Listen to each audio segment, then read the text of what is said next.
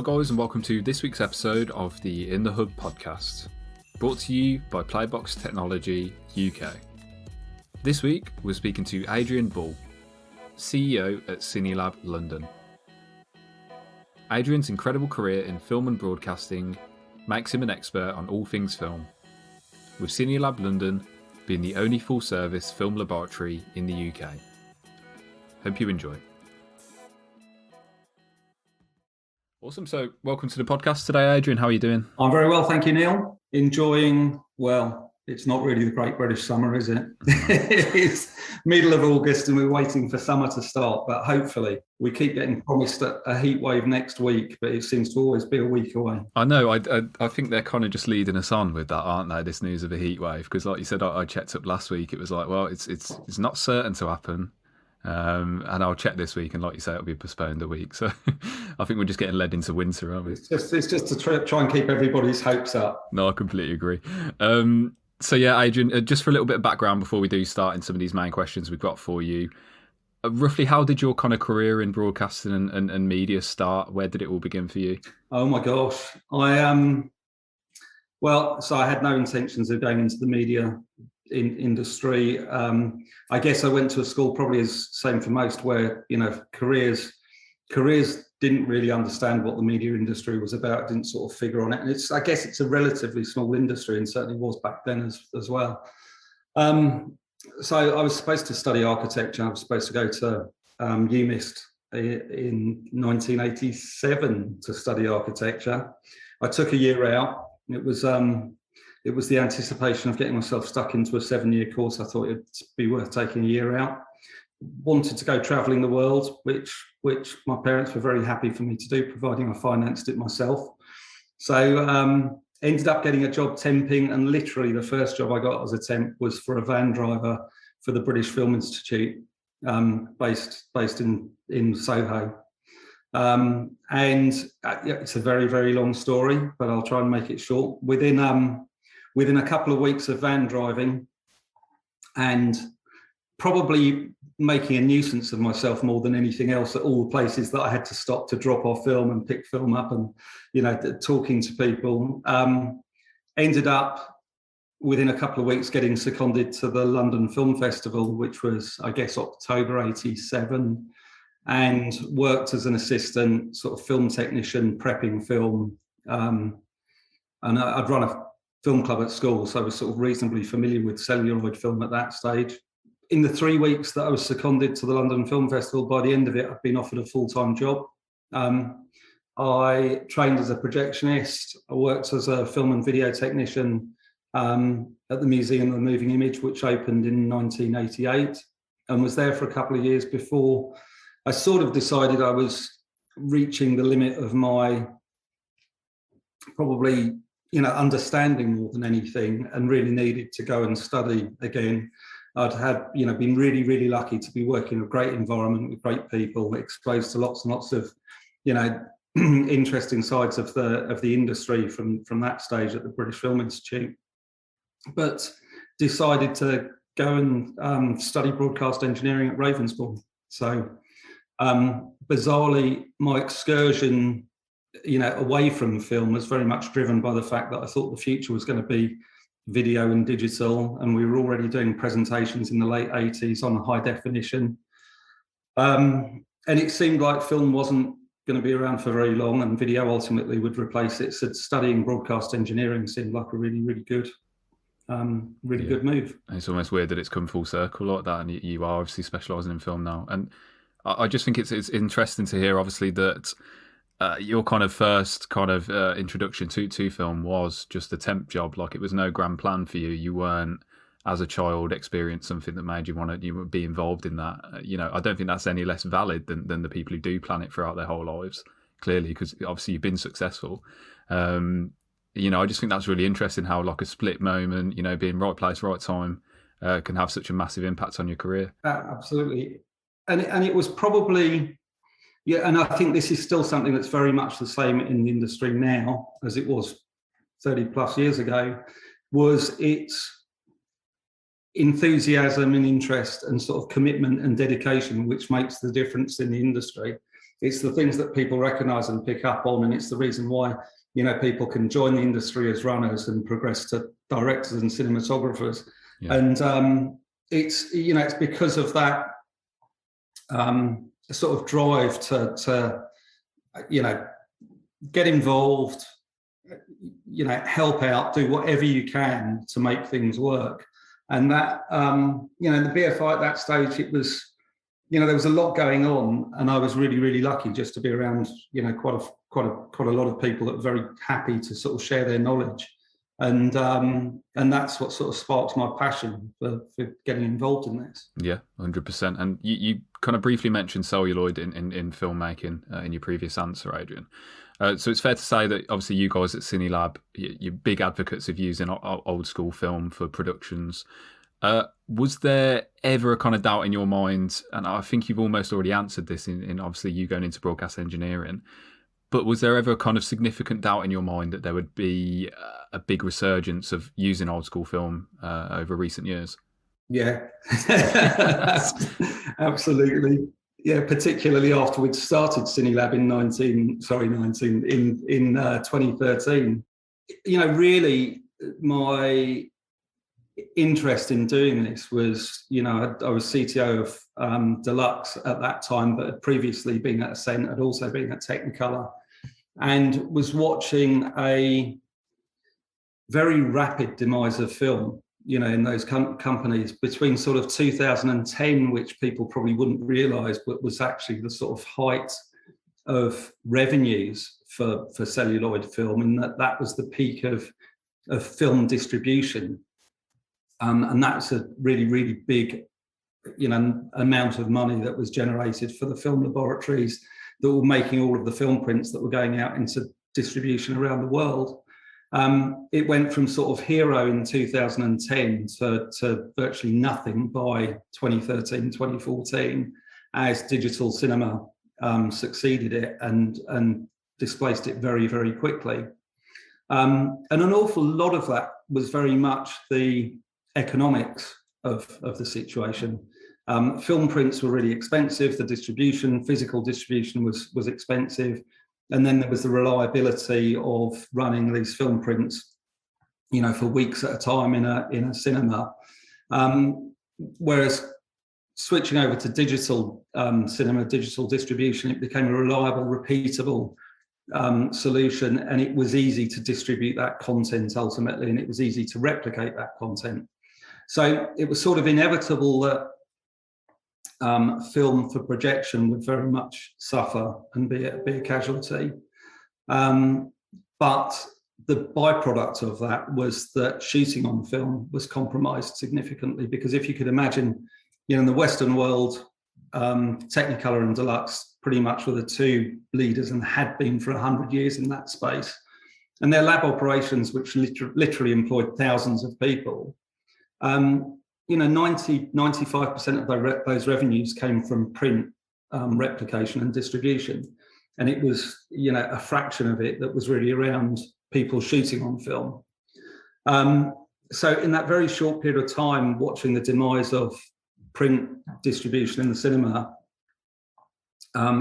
it was inevitable that Deluxe and Technicolor would struggle to sustain their lab operations to support people that wanted to shoot on film. So really, you know, my interest in getting involved in this was sort of taking what was a relatively small trailer lab, Bucks Laboratories as it was, it had been around for over 30 years. It was very heavily involved in the logistics of making lots and lots of short run trailers, compiling those, you know, to create the trailer builds that would then physically go out to the cinemas and run on the big in-place films. Their business just absolutely fell over in a very, very short period of time with that transition.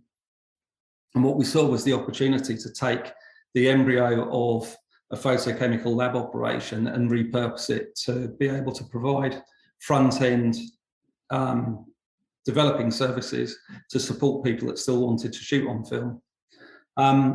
In terms of whether there was any doubt, I'd say probably every day for probably the first couple of years, you know, I questioned whether or not I'd made a massive, massive mistake and whether or not this was going to turn around. And you know, I often look back at it and think it was only sort of tenacious determination that sort of allowed us to survive through that period. But I guess the big thing was in 2015 winning Star Wars: The Last Jedi, which shot on film, and it was obviously a big Lucasfilm Disney project. To go, you know, within 3 years of establishing a new operation, a new lab operation, to processing one of the biggest franchised films on the planet was really, really quite a remarkable situation. And I guess that was the time, you know, where all of a sudden people took us seriously. It was like, here's this little lab in Slough that's just started up. It started up pretty much after films completely died, and as far as everyone's concerned, it's sort of, you know, it was the past. To all of a sudden, you know, Hollywood studios looking at it going, well, this little lab in Slough is capable of processing film for our worldwide international feature on this brand. And so I guess always our consideration was that we would probably appeal to the independent filmmakers, you know, the niche sort of dramas, period features. So to end up with a sort of sci-fi blockbuster, you know, is really, really quite major. And then, you know, since then we've done Mission Impossible 7, we've done Wonder Woman 2, we've done the latest Bond film, No Time to Die. You know, these are really, really massive franchise films, and it's sort of probably a surprise for a lot of people that they are actually shot on film. Yeah. You know, we can talk about pixels, we can talk about resolution, we can talk about dynamic range. What is really, really difficult for people to put a number on is the aesthetics of the difference of the look of something that's been acquired on film compared to something that's been shot digitally. And, you know, we rather flippantly refer to it as big video versus film. It, you know, sort of doesn't matter whether it's 4K or 8K. It's fundamentally big video, and the way that a digital camera sensor captures an image is very, very difficult to the way a piece of film emulsion captures an image. And luckily, you know, people recognize that. And the bit that's really, really important is it doesn't matter about digital distribution. It doesn't matter about digital cinema. It doesn't matter about watching stuff on your mobile phone. The essence and look of that original capture on film is still conveyed through those digital mediums and through transmission, such that you can spot the difference between something that was acquired on film and something that was acquired digitally. So, you know, and thankfully there's still that recognition, but I guess, you know, probably people mistakenly would think that it's the sort of the diehard film aficionados that continue to shoot on film. But what we've seen in, you know, the 8 years of Cinelab is a tremendous eagerness from up and coming directors and cinematographers who are absolutely digital native millennials to shoot on film. And it's, for a lot of people, it's seen as the sort of holy grail of filmmaking. You've not shot a film unless you've shot on celluloid film. Yes. Yeah, and that's a brilliant place to be in, isn't it? For you guys especially, I think. Yeah, hopefully you're now at that point where if there was any doubt, that's kind of been erased. I think so. I mean, I think we, you know, I'd say the biggest challenge we'll typically have is over budget. You know, undoubtedly, one of the things that's really, really key to film is its costs are proportional to your shooting ratio. So if you've got to shoot a load, if you've got to shoot twice as much as you were expecting, it's going to cost you twice as much. It's twice as much film stock, it's twice as much processing, it's twice as much scanning to create those files. And that's really where the biggest difference between film and digital is. If you've got a reasonably well-scripted, well-planned program, and you've got a reliable cast and crew, you can shoot it with a reasonably modest shooting ratio, and your budget can absolutely be comparable to a digital budget.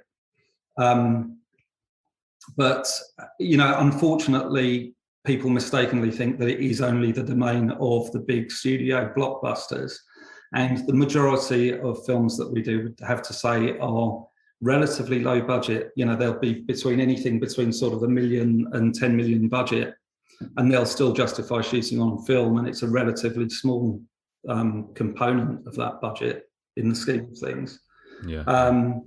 So that's quite a key point for people to understand, and that's really the biggest challenge we have, is getting that message through to people that, believe me, it's not the only people in the world that are shooting these films on film because they've got massive budgets.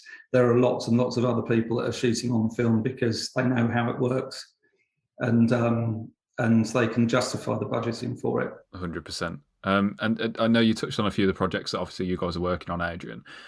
What kind of projects do you find yourself working on at Cinelab? Is there a kind of a specific genre or a type of project that obviously seems to gravitate towards using film, or like you've kind of discussed there, is it really a mixed bag? I think, we would always look at it and consider it to be the sort of period films, if you want to set something in the 19th century or 18th century, then shooting it on film is always going to look authentic, from the start. But having said that, the sort of characteristic look of sort of dramas and TV programs that were shot in the 90s, or 80s and 90s, is very characteristic of Super 16mm film. And there's a tremendous resurgence at the moment of people using Super 16. We've just done a series for Netflix that shot on Super 16, and probably 10 years ago, people would have thought that Super 16mm was sort of a redundant format, but that because of the advent of HD and higher resolution, that rather inaccurately, people were misled to believe that Super 16mm wasn't high resolution, it wasn't high def resolution. And, I was very heavily involved in this situation in the late 2000s, sort of 2008, when this problem came about. And, I'd launched the first HD channel in the UK for Discovery back in 2006. So I've got quite a reasonable amount of experience in the broadcast transmission side of things. But the problem was the 12 megabit transmission channel we had for HD at that time didn't stand up particularly well to Super 16mm content, particularly with a very fast 500T stock. So, that grain structure caused a massive overhead to compression. And as a result, the pictures didn't look great because there was a tremendous amount of bandwidth that was allocated to trying to reproduce the grain. And it had nothing to do with the resolution of the image that was underlying that. What we've got now is we've got better compression algorithms. We've got potentially more bandwidth available to us. But also we've got better post-production tools in terms of grain management and reducing the impacts of some of that. But what we've also got is really, really good stocks, so 50D and 200 and 250D stocks, which are slower stocks, are much lower grain, and they actually survive the transmission chain very, very well by comparison. So I've forgotten what the question was.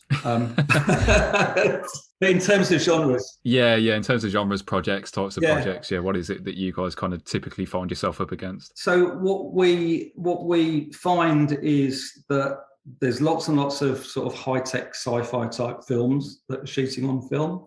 A lot of that is because they do go through heavy VFX processes.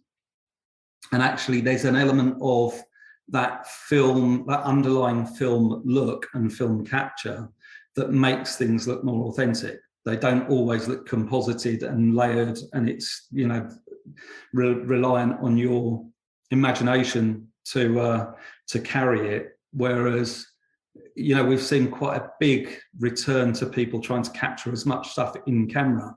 So making the sets for real, making the models for real, shooting it in context as much as possible. But what we've spoken about film there. What we've also got is a tremendous number of commercials and music promos that are back shooting on film again. I mean, last year through COVID, one of the upsides of COVID was because there was a struggle for people to tour, with the music artists. Lots of them were making music promos last year. So I still don't know what the number is, but at our peak, we were doing 50 or 60 music promos a month that were being shot on film. That's carried on. But one of the characteristics things that you see cropping up again and again on music promos particularly is where we're doing oversized scans, that we're seeing the edge of frame, you're seeing the perforations at the edge of the frame, and it's that sort of, for the uninitiated, it's the way of saying this is definitely film. Look, it's got sprocket holes in it, and punch holes, which are the circular black holes that you'll see that are created at the beginning and end of Labra rolls as a timing reference. Those get transferred, and those end up in the edit time and time again, and they're just they're a byproduct of what we do, and they're only there as a technical reference, but you find editors and directors constantly including that sort of stuff within their edit. But yeah, commercials, music promos, features, but probably the biggest thing that we've seen an increase on in the last year and a half has been episodic TV. So, the streamers are keeping lots and lots of people busy, keeping production and post-production busy with these large, high value television episodics that are going through. And quite a few of those are shooting on film again. And that's really, really encouraging. Probably in our first 2 or 3 years, we were lucky to do one episodic TV program a year. And in the last year and a half, we've probably done 6 or 7. It's just brilliant, isn't it? That obviously people are embracing film again. But that obviously, as a result of COVID, obviously a lot of it was focused on the negatives and the downturns. I hadn't even contemplated that obviously, as a result of touring stopping, obviously the music industry needs to be putting some promotion out. So that would completely make sense.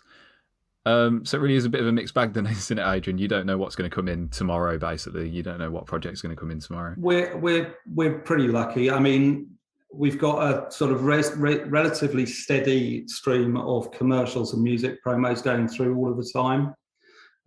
We'll typically do between 30 and 50 commercials every month that are shooting on film, and a lot of those end up being the sort of high-end fashion brands, drinks brands, car manufacturers. But you also get, you'll get fast food brands shooting on film. So we'll have McDonald's and KFC shooting on film, and they're not the ones that you would naturally think would fit that. But then they create sort of quite filmatic masterpieces for these commercials, and there's obviously some very, very high-end creatives behind it, and it's important for those brands to be as recognized as possible and accepted, but again, you'll get lots of charity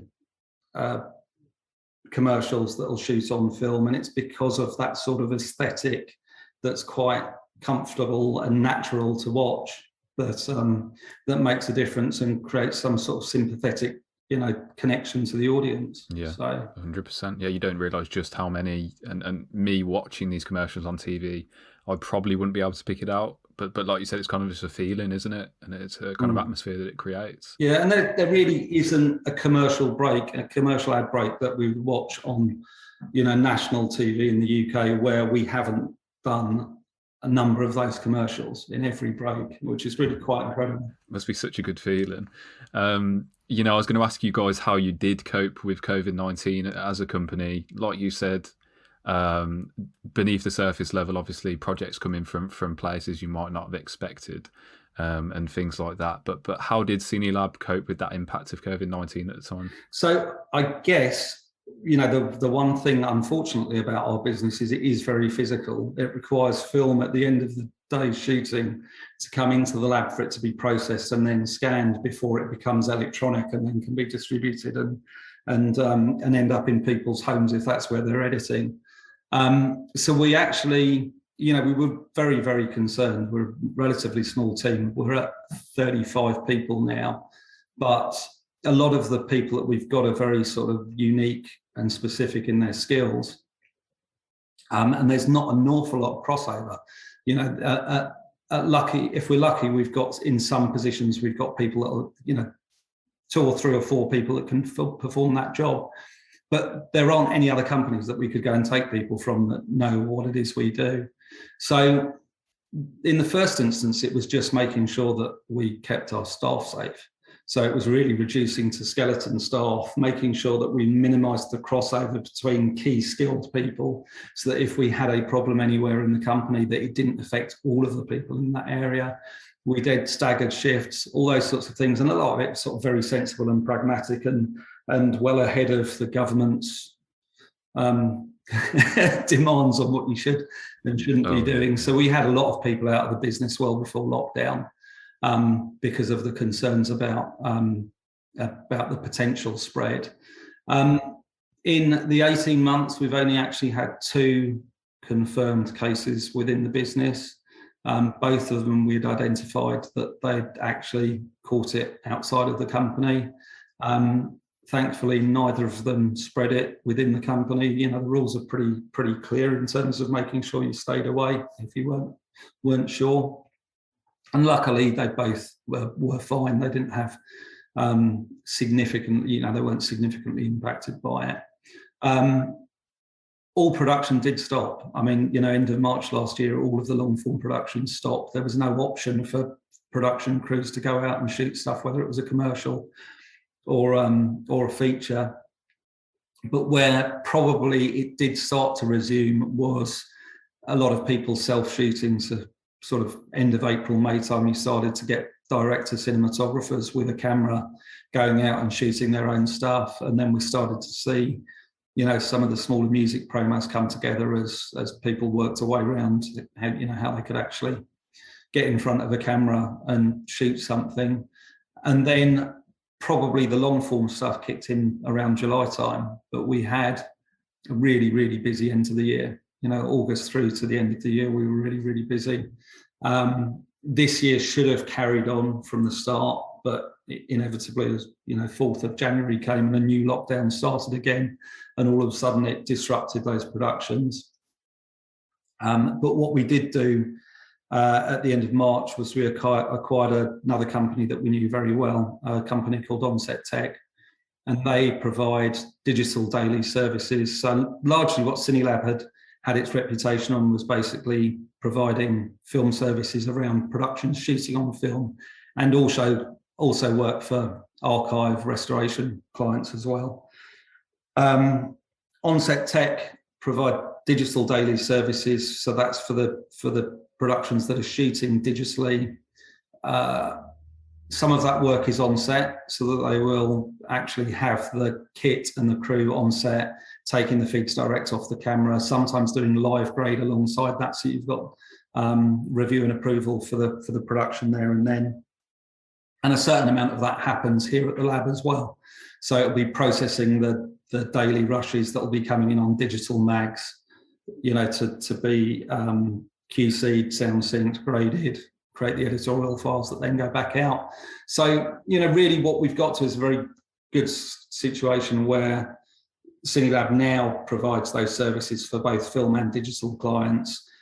A lot of the time, the client's not particularly sure what route they're going to go, or they might end up on a hybrid route where they're shooting film and digital for the production.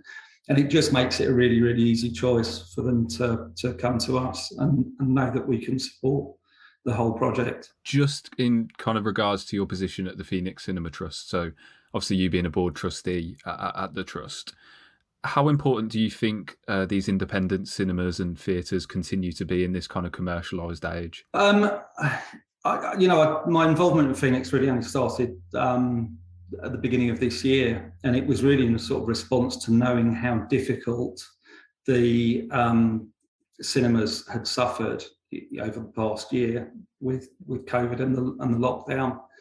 And you know, the Phoenix is the oldest continually running purpose-built cinema in the country. It was built around 1910.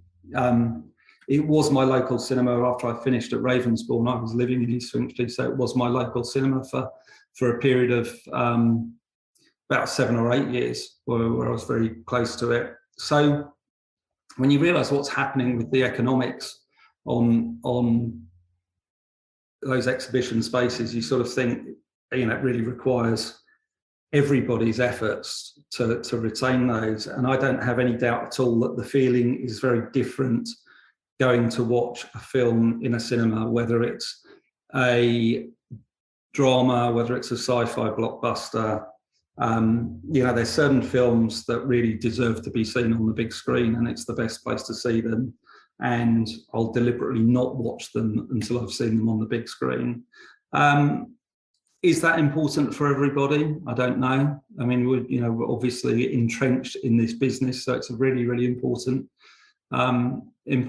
thing for people in the industry to support. But I think, just like continuing to support people who wanted to shoot on film by establishing Cinelab when we did it in 2013, really important that those cinema venues are sustained and that they continue to be available for people. So I know that it's difficult, and there's still a lot of concerns from people about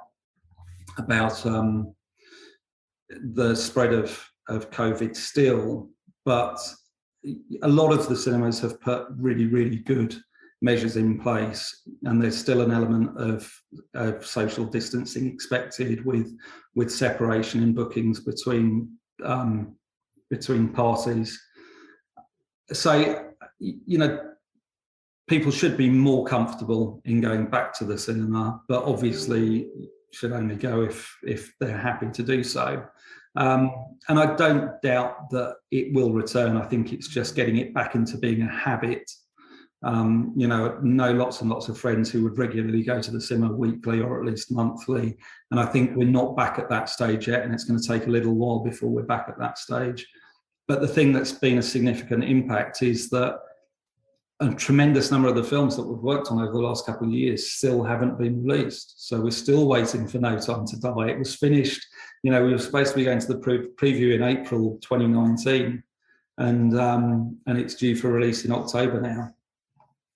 We've got Edgar Wright's film Last Night in Soho, which is due for release in October also. And again, these are productions that we finished working on a year and a half ago. So it's really, really weird seeing them sort of stacked up waiting. But equally, until the distributors and studios start to see decent revenues coming back from the box office, it particularly challenges how they continue to invest in new films. And I think that's where the streamers have done a really, really good job of bolstering the industry by keeping a tremendous amount of work going through production. But we really, really do want to see the cinemas sort of getting back to normal and back on their feet. So yeah, definitely. Yeah, me personally as well. Absolutely love going to cinema, obviously pre-COVID, and it's definitely something that I need to get back to ASAP, basically. So this one's a question that we ask at the end of every podcast, and it's just if you could describe it in one word, what do you envision for the future of the broadcasting industry? One word? Oh God, I can't. I think inevitably we'll see the continued spread of niche content being made widely available, and that's because of how much easier it is to distribute content over IP networks, particularly. But it's gone in it's gone in three directions. One of them is quality, and it's great to see quality in the home, surpass that of the cinema in lots of respects. It's great to see the variability of content and access to niche content. And I guess the third thing is the sort of whole time shifting opportunity around it of being able to watch on demand and not be stuck with a schedule. And those are three very, very important factors, yes, which I can't see as going backwards with any of them. Yeah, 100%. But if you did have to pick one word from any of that, you could say niche if you want. You could say on demand. Which would you pick? I'd probably say niche. Niche. Yeah. I like that. I think it like I said, you could say that and I instantly know what you're talking about there. It's obviously that niche content that, we need kind of more of to appeal to people, that aren't currently being satisfied by that kind of content, which I think is a really interesting point. So obviously, Adrian, thank you so much for joining us today, answering some of those questions. It's been really insightful. My pleasure. Are there any exciting plans in the pipeline for Cinelab that you can tell us about today, or is it all under wraps at the moment? Oh my gosh, not really an awful lot I can talk about today. We've had a pretty busy period through lockdown. It was an opportunity to do lots of housekeeping, to tidy up lots of systems. Yes. I feel like we're in a really, really strong place where the technologies underpinning the sort of sustained growth and expansion of the business, and really that's what it's about.